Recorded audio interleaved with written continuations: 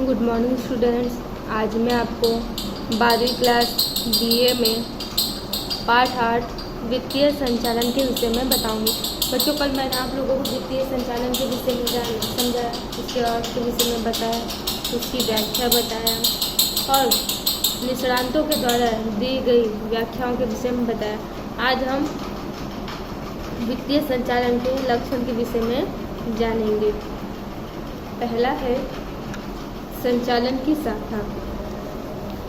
वित्तीय संचालन संचालन की एक शाखा है जिसमें द्रव्य के उपयोग के लिए आयोजन और नियंत्रण के कार्य का समावेश होता है। वित्तीय संचालन क्या है? एक शाखा है। वित्तीय संचालन संचालन की ही एक शाखा है जिसमें द्रव्य के उपयोग के लिए हम मतलब वस्तु के उपयोग के लिए पहले आयोजन करते हैं,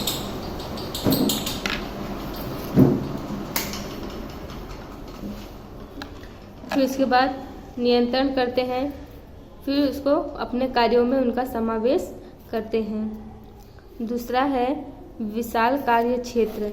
वित्तीय संचालन का कार्य क्षेत्र इतना विशाल है कि जिसमें द्रव्य की आवश्यकता का अनुमान, प्राप्ति, महत्तम उपयोग, उचित विवरण और उसके आयोजन तथा नियंत्रण का भी समावेश होता है।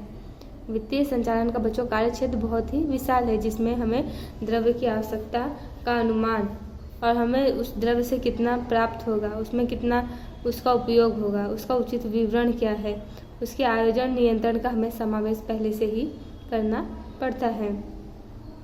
व्यवसाय के प्रारंभ से उसके अंत तक के सभी वित्तीय कार्यों का समावेश होता है।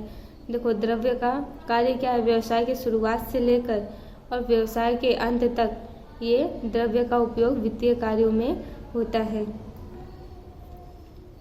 तीसरा है संचालकीय निर्णयों का आधार। संचालकीय निर्णयों के लिए वित्तीय संचालन का आधार प्रदान करता है। संचालकीय निर्णयों के लिए वित्तीय संचालन आधार प्रदान करता है। उत्पादन, विक्रय, संशोधन और विकास आदि से संबंधित निर्णय वित्तीय संचालन पर आधारित होती है। उत्पादन, विक्रय, संशोधन और विकास, ये सब किन सब चीज़ों से संबंधित निर्णय हम लेते हैं? इन सब पे वित्तीय संचालन पे ये सब क्या आधारित होती है? इन सब से ये संबंधित होती है और इन्हीं सब के आधार पर हम निर्णय भी लेते हैं। चौथा है वित्तीय निर्णयों के संबंध। वित्तीय निर्णयों के संबंध किन किन चीज़ों से होते हैं? वो विनियोग करना, पूंजी का ढांचा और डिविडेंड, नीति संबंधी निर्णयों के साथ वित्तीय संचालन का संबंध होता है। वित्तीय मतलब पैसे के संचालन संबंध कैसे होता है? विनियोग यानी कि जो हम अपनी चीज़ें लगाते हैं फिर उसमें कितना पैसा मिल रहा है, कितना बच रहा है, इस सब का संबंध वित्तीय संचालन से होता है। वित्तीय संचालन निर्णय प्रक्रिया में आधुनिक गणित की पद्धति का भी उपयोग करता है। वित्तीय संचालन निर्णय प्रक्रिया में आधुनिक रूप से गणित के पद्धतियों का भी बच्चों इसमें उपयोग किया जाता है।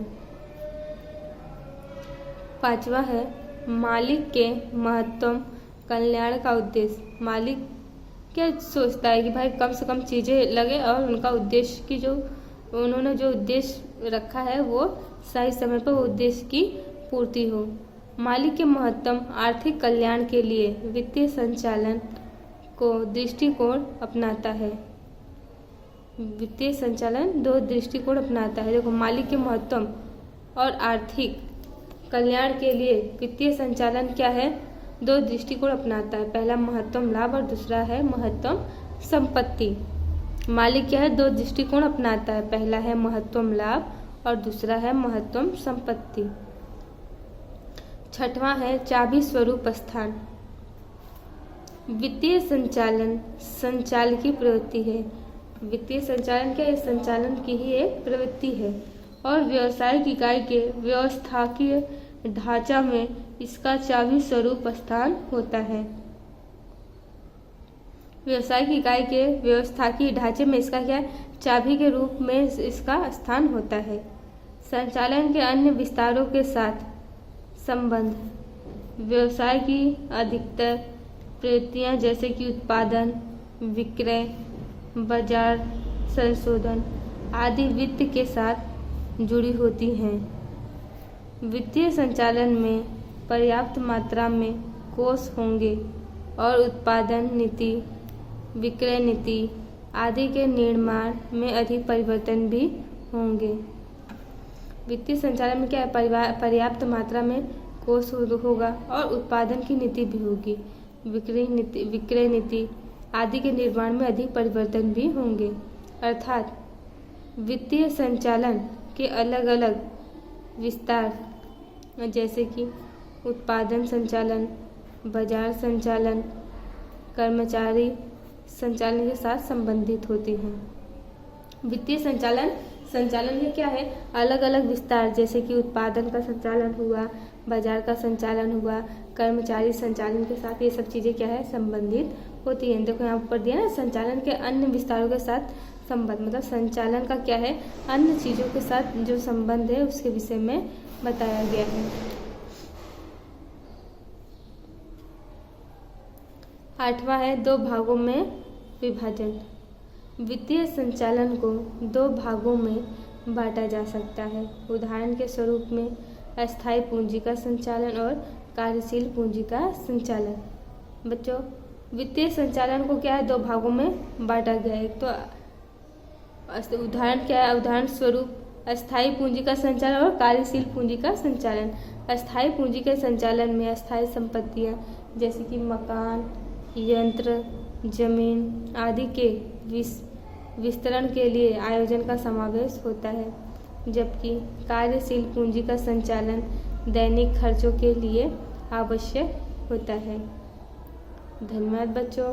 अगले वीडियो में मैं आपको वित्तीय संचालन के उद्देश्य के विषय में समझाऊंगी।